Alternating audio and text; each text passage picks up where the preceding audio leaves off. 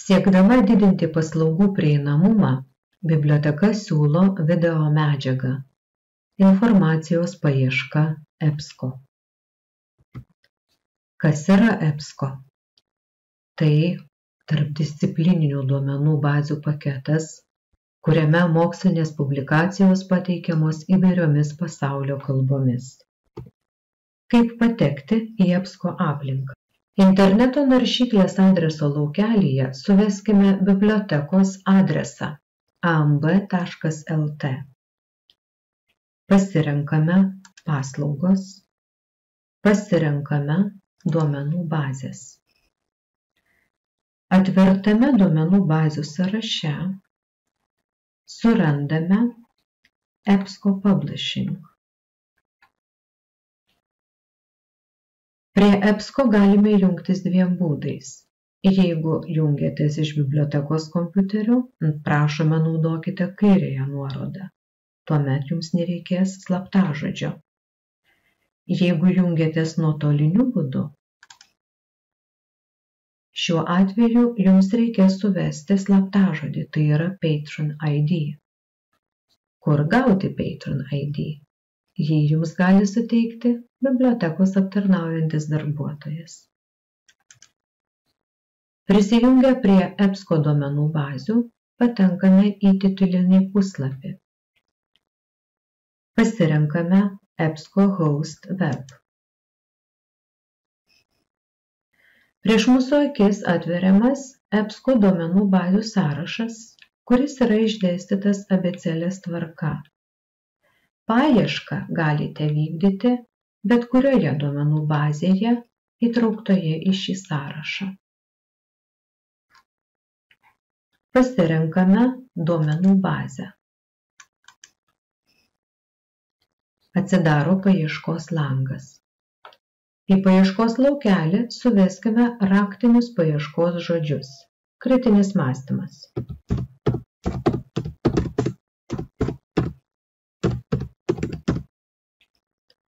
Apačioje esančiuose dviejose laukeliuose paiešką galite siaurinti arba išplėsti.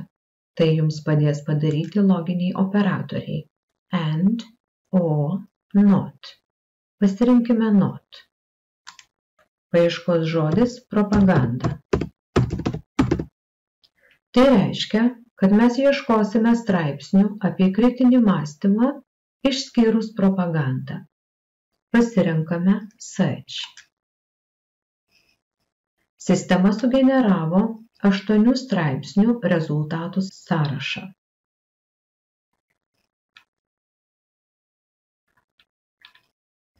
Kairiajame lango lauke galime išsifiltruoti tik tai viso teksto straipsnius. Surandame Full Text ir kairėje pažymime varnelę. Iš 8 liko 6 straipsniai. Tame pačiame kairiajame lauke išsifiltruokime naujausius straipsnius. Iš 6 liko 3. Atverkime straipsnį.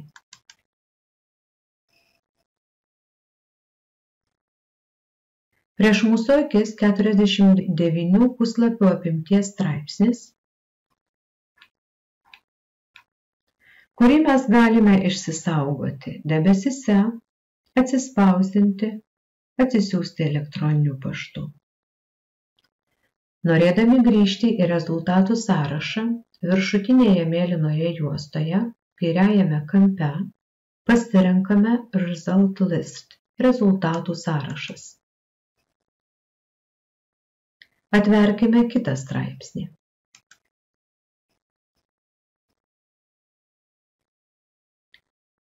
Šį kartą mes atsisiuntėme 33 puslapių apimties mokslinę publikaciją. Galime atsisiųsti jį į savo kompiuterį ir išsisaugoti aplanke.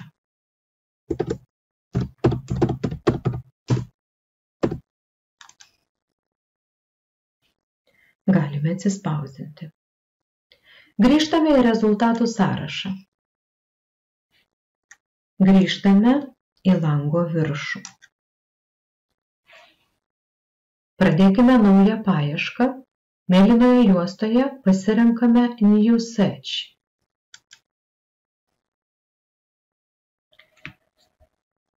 Palyginkime, kokį rezultatų sąrašą sistema mums sugeneruotų, jeigu tuos pačius raktinius žodžius įvestume anglų kalba. Kritinis mąstymas, critical thinking.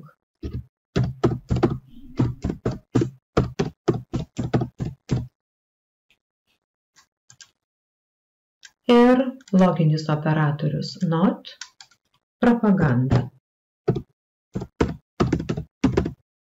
Pradedame paiešką search. Rezultatų sąrašas daugiau kaip 28 700. Kairiajame lauke išsifiltruokime tik tais viso teksto dokumentus, surandame full text, pažymime varnelę. Iš 27 800 liko 15 000 straipsnių. Sąraše matome, kad visatekščiai straipsniai yra pateikiami dviem formatais – HTML formatu ir PDF formatu. Palyginkime, kaip straipsnis yra pateikiamas vienu ir kitu formatu. Atsidarykime HTML formato straipsnį.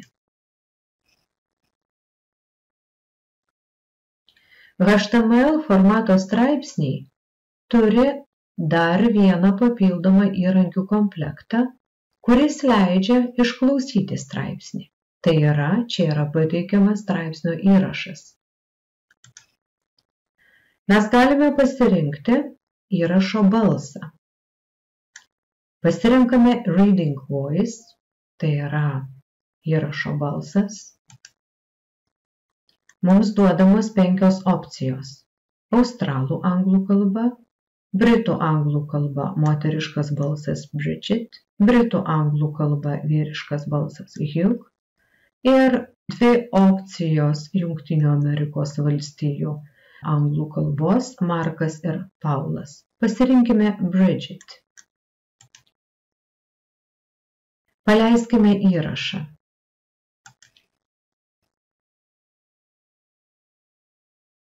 Critical thinking, intelligence, and unsubstantiated beliefs, an integrative review.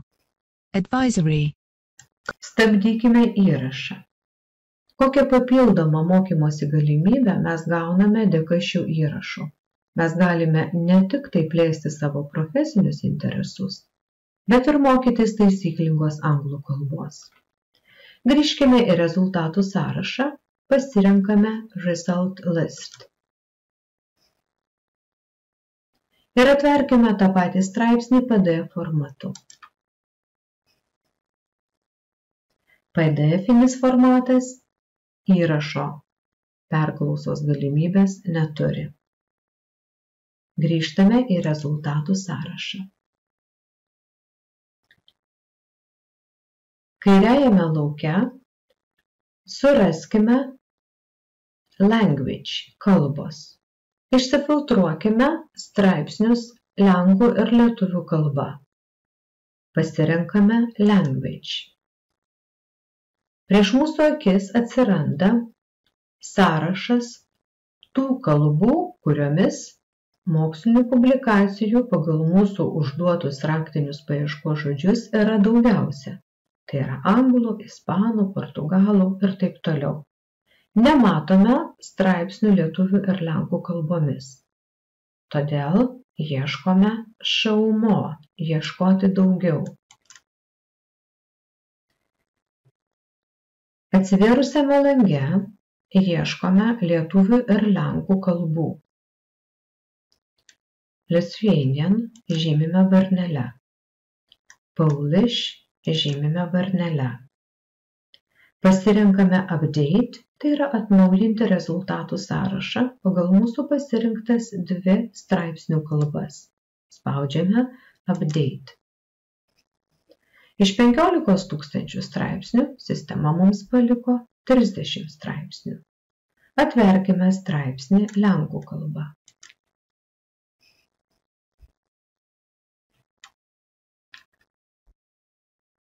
Grįžkime į rezultatų sąrašą.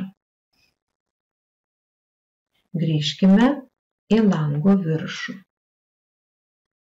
Jeigu mes norime pakeisti duomenų bazę, kurioje vykdėme prieš tai paiešką, viršutinėje juostoje ieškokime Choose Databases. Pasirinkite duomenų bazes. Nuimkime varnelę nuo Academic Search Ultimate ir pradėkime paiešką Business Source Ultimate. Pasirinkime OK. Išvalykime paieškos raktinius žodžius ir įveskime naujus. Verslo komunikacija. Užduokime paiešką. Sistema sugeneravo 37 straipsnius. Pasirinkime ir atverkime mūsų dominusį straipsnį. Atsisiųskime jį ir išsaugokime savo kompiuterio aplanke.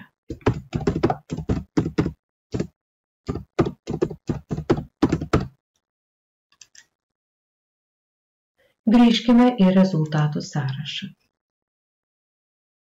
Grįžkime į lango viršų.